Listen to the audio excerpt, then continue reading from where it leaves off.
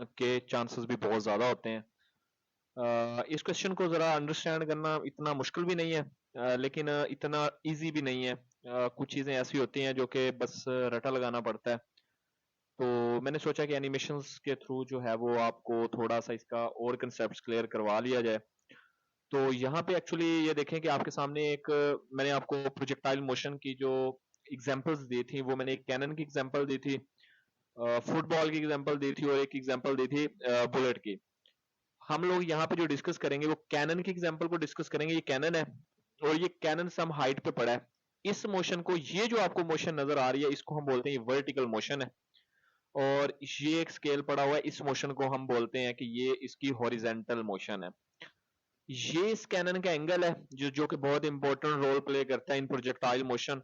और ये इस प्रोजेक्टाइल मोशन की जो भी आप फायर करेंगे, ये उसकी इनिशियल स्पीड है। हमने डिफरेंट कंपोनेंट्स पढ़े थे, उसमें हमने वर्टिकल कंपोनेंट ऑफ वेलोसिटी भी पढ़ा था, हॉरिजॉन्टल कंपोनेंट ऑफ वेलोसिटी भी पढ़ा था। वो कंपोनेंट कुछ यहाँ पे आपको नजर आ रहे हैं। एग्जैक्टली एक्सेलरेशन भी जो वर्टिकल कंपोनेंट है उसकी एक्सेलरेशन भी होती है, तो वो डिक्रीज भी होती है, वो इंक्रीज भी होती है। और वो कंपोनेंट ये है। हम प्रोजेक्टाइल मोशन जो बुक में रीड करते हैं उसमें एयर रेजिस्टेंस ऐड नहीं होती, लेकिन अगर आप इस एक्सपेरिमेंट के थ्रू अगर एयर रेजिस्टेंस आप ऐड करना चाहते हो तो आप इसको मार्क कर देंगे, अदरवाइज इसको अनमार्क रहने दे। अफेक्ट अभी मैं इसका डिस्कस करूंगा आपके सामने। स्पीड आप यहाँ से कंट्रोल कर सकते हो, और स्लो मोशन में यहाँ से देख सकते हो, नॉर्मल ये देख सकते हैं आप। मैं अगर आपको ये दिखाऊं तो ये कुछ यूं होगा, लाइक एज पहला जो फायर करता हूँ मैं 45 के एंगल पे फायर करता हूँ, तो कुछ आपको यूं नजर आएगी प्रोजेक्टाइल मोशन। और अगर आप डिस्टेंस मेजर करना चाहते हो तो आप कुछ यूं डिस्टेंस मेजर कर सकते हैं, लाइक एज 23.1 मीटर है हॉरिजेंटल। और हॉरिजेंटल डिस्टेंस जो था उसको हमने बोला था कि ये रेंज है, और वर्टिकल डिस्टेंस जो उसको हमने बोलते थे हाइट है। बट अगर आप इसको स्लो मोशन में जरा चेक करेंगे तो स्लो मोशन में कुछ यूं होगा, आप बड़ा इजीली उसको स्टडी कर सकते हो, उसके डिफरेंट फैक्टर्स जो है वो रेड कर सकते हैं। मैं भी फैक्टर्स ऐड करता हूँ यहाँ पे। तो यहाँ पे देखें, मैं अगर इसका फैक्टर ऐड कर लूँ, वेलोसिटी वाला फैक्टर, तो ये देखें वो आपको बताएगा कि ये वेलोसिटी वाला फैक्टर है। डिस्कस करता हूँ अभी, लेकिन पहले देख लें आप। अभी मैंने आपको क्लास में एक बात पढ़ाई थी कि हमारे पास वेलोसिटी की डायरेक्शन बेसिकली ये है, v की डायरेक्शन ये है, वी एक्स ये है और वी वाई ये है। और मैंने आपको बताया था वेलोसिटी का वो कंपोनेंट जो कि हॉरिजेंटल है, वो एक कांस्टेंट वेलोसिटी से मूव करता है, सो एक्सेलरेशन वहां पे जीरो होती है। तो ये जो एरो है, ये थ्रू आउट द मोशन आपको ये वेक्टर चेंज होता नजर नहीं आएगा, बिकॉज वी ऑफ एक्स जो है वो कांस्टेंट होता है, एक्सेलरेशन जीरो होती है। लेकिन जो वर्टिकल है, जैसे जैसे ऊपर जा रहा है इसकी वेलोसिटी कम होती जाती है, और जैसे ये नीचे आएगा इसकी वेलोसिटी ज्यादा होगी। तो इट्स मीन कि ये जो वेक्टर है ये आपको कभी भी कांस्टेंट नजर नहीं आएगा, ये वेरी करेगा। कैसे वेरी करेगा आप खुद जरा देख लें। ये देखें वेक्टर की वैल्यू कम होती जा रही है, और इस पॉइंट पे आके जो आपके पास वी एक्स है वो बिल्कुल इस वेलोसिटी के इक्वल हो गया है। मतलब ये जो टोटल वेलोसिटी थी एग्जैक्टली इस वक्त वी एक्स के इक्वल है, और वी वाई क्या हो गया, ऑफ कोर्स जीरो हो गया है, बिकॉज आपको वर्टिकल कंपोनेंट कहीं पे नजर ही नहीं आ रहा। इससे आगे अगर जाएगी तो वर्टिकल कंपोनेंट डाउनवर्ड इंक्रीज होना स्टार्ट हो जाएगा, और आपकी जो प्रोजेक्टाइल मोशन है वो लैंडिंग पॉइंट पे लैंड कर जाएगी।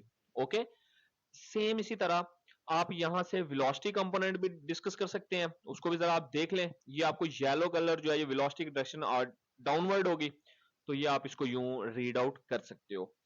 अब आपने पढ़ा था कि जो रेंज है ना बेटा, वो 45 के एंगल पे मैक्सिमम होती है। तो अगर मैं इसको 30 पे फायर करूं, लाइक एज ये देखें, तो यहाँ पे हमारे पास कुछ रेंज यूं बनती है, ये इसकी रेंज हो गई है।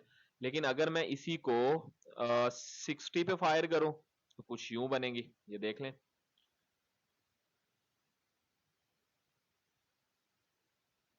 ये एक कमाल पिक्चर बन गई है। अब देखें कि आपकी बुक पे एक डायग्राम बनी हुई है साइड पे, और वो एग्जैक्टली ऐसी है कि जो मैक्सिमम रेंज होगी वो एंगल 45 पे होगी, 30 एंड 60 इस पे जाके हमारे पास जो रेंज है वो सेम हो जाती है, बट हाइट डिफरेंट होती है। 30 पे हाइट कम है, 60 पे हाइट ज्यादा है। क्या होगा अगर मैं 90 पे कर दूं, 90 पे आपके पास रेंज जीरो हो जाएगी, हाइट मैक्सिमम हो जाएगी। तो जरा देखें, इनिशियल स्पीड को मैंने नहीं छेड़ा, इसको जरा वेक्टर्स को मैं वैसे ही खत्म कर देता हूँ, ये हमें अब डिस्टर्ब कर रहे हैं थोड़ा सा। तो ये देखें यहाँ पे हाइट को क्या हो गई बेटा, हमारी मैक्सिमम हाइट हो गई है। अब मैं इसको जरा 15 के एंगल पे फाल करवाता हूँ। ये देखें जरा, इसको थोड़ा सा आप ऊपर ले जाएं, अब ये डाउनवर्ड एंगल भी आ जाएंगे। तो अगर मैं इसको फायर करूं तो ये देखें, और अगर मैं इसको 70 से फायर करें तो फिर देखते हैं क्या होता है। अब यहाँ पे हाइट ज्यादा है देखें, क्योंकि एंगल जैसे जैसे बढ़ेगा वैसे वैसे हाइट वाला फैक्टर भी बढ़ेगा। तो जरा गौर करें, अप्रोक्सीमेट 15 और 17 पे भी हमारे पास आंसर अप्रोक्सीमेट सेम आ जाता है, ठीक है। ये हमारी डिस्कशन थी प्रोजेक्टाइल मोशन की। बट अगर मैं यहाँ पे इसको मजीद डिस्कस करना चाहूँ तो इसके वेक्टर कंपोनेंट, अच्छा एक और बात है, मैंने रेयर रेजिस्टेंस के बारे में आपको नहीं बताया। लाइक एज 45 पे ये हमारे पास रेंज होगी। ये है जब हम एयर रेजिस्टेंस इंक्लूड नहीं कर रहे, लेकिन अगर मैं एयर रेजिस्टेंस इंक्लूड करूं तो हमारे रेंज पे इफेक्ट पड़ेगा, डिक्रीज होगी, बिकॉज जो एयर है वो रेजिस्ट करेगी बॉडी को, और उस रेजिस्ट के अकॉर्डिंग हमारे पास जो रेंज है वो कम हो जाएगी। हाइट पे भी इफेक्ट पड़ेगा, एग्जैक्टली पड़ा है, हाइट पे भी इफेक्ट पड़ा है। अगर आप इसकी इनिशियल स्पीड ज्यादा करते जाएंगे तो देखें आपके पास रेंज बढ़ती जाएगी बेटा। ये एक सिंपल सी आपके सामने डिस्कशन है, तो ये आपके सामने है। ओके, तो जैसे जैसे आप वेलोसिटी को बढ़ाते जाते हैं, इनिशियल स्पीड को बढ़ाते जाते हैं, आपके पास रेंज भी बढ़ती जाती है, एज वेल एज हाइट भी बढ़ती जाती है। इस स्लो मोशन में मैंने आपके सामने डिस्कशन कर ली है। उसके बाद अगर मैं आपके सामने इसके वेक्टर कंपोनेंट्स डिस्कस करूं तो आप कुछ यूं वेक्टर्स भी डिस्कस कर सकते हो, आप मैथ अपनी मर्जी से चेंज कर सकते हो। यहाँ पे एयर रेजिस्टेंस मैंने नहीं डिस्कस करनी क्योंकि आपकी बुक ने एयर रेजिस्टेंस नहीं डिस्कस की, तो यहाँ से आप सारे इसके कंपोनेंट डिस्कस कर सकते हैं। लाइक एज वेलोसिटी वाला कंपोनेंट जो ग्रीन होगा, एक्सेलरेशन जो होगी वो हमारे पास येलो होगी, और जो फोर्स है वो आपके पास ब्लैक कलर की होगी। तो स्लो मोशन में इसको भी जरा चेक करते हैं, तो ये जरा देखें कि जैसे जैसे जा रहा है, ये वेक्टर्स तो मैंने ऑलरेडी डिस्कस कर रही हैं, और ये फोर्स भी यहाँ पे डिस्कस हो रही है, और ये यहाँ पे फॉल कर जाएगी, ठीक है। सेम इसी तरह मैं अगर यहाँ पे आऊं तो यहाँ पे आप डिफरेंट किस्म की बॉडीज ले सकते हो। डिफरेंट किस्म की बॉडीज मीन ये आपके सामने है, कैनन बॉल है, आप यहाँ पे अपनी मर्जी से कोई भी चीज ले सकते हो, लाइक कार ले सकते हो, ह्यूमंस हैं, फुटबॉल है, बेसबॉल है, गोल्फ बॉल है, टैंक शेल है। इट्स योर चॉइस कि आप क्या लेना चाह रहे हैं। लाइक एज अगर मैं ह्यूमन की डिस्कशन करूं तो मैं फायर करूं तो यहाँ पे एक इंसान होगा जो कि प्रोजेक्टाइल मोशन के थ्रू फायर किया जाएगा। इसको जरा अगेन 50 कर लेते हैं ताकि हमें सही से समझ आ जाए। तो ये देखें, अब अगर इसको आप 90 पे फायर करते हैं तो ये रेंज तो ऑफ कोर्स जीरो होगी, तो ये देखें वो वापस अपनी उसी ही जगह पे आएगा। तो सेम इसी तरह आप अपनी मर्जी से, लाइक अगर मैं कार की डिस्कशन करूं तो आप कार की डिस्कशन भी कर सकते हैं। तो ये एनिमेशन ऐसे एनिमेशन हैं जिसके थ्रू आपके जो माइंड है वो थोड़ा सा इन चीजों को एक्सेप्ट कर लेता है कि अच्छा ये बेसिकली फर्क कैसे करते हैं। ये देखें एंगल है, हाइट भी आ जाती है, स्पीड भी आ जाती है आपके सामने, ठीक है। ये आप डिफरेंट जगह पे इसको चेक कर सकते हैं। तो आप डायमीटर चेंज कर सकते हैं, ग्रेविटी ग्रेविटी अफेक्ट करती है। लाइक एज जरा देखें, मैं इसको अगर 45 पे फायर कर रहा हूँ, लाइक एज कार नहीं करते, कैनन है, या इस बार मैं फुटबॉल ले लेता हूँ, तो इसको फायर करें जरा। ये 18 मीटर पर सेकंड की स्पीड से हमने फायर किया है, ग्रेविटी 9.8 है। इट्स मीन कि ये फायर जो कर रहे हैं हम ये अर्थ पे कर रहे हैं।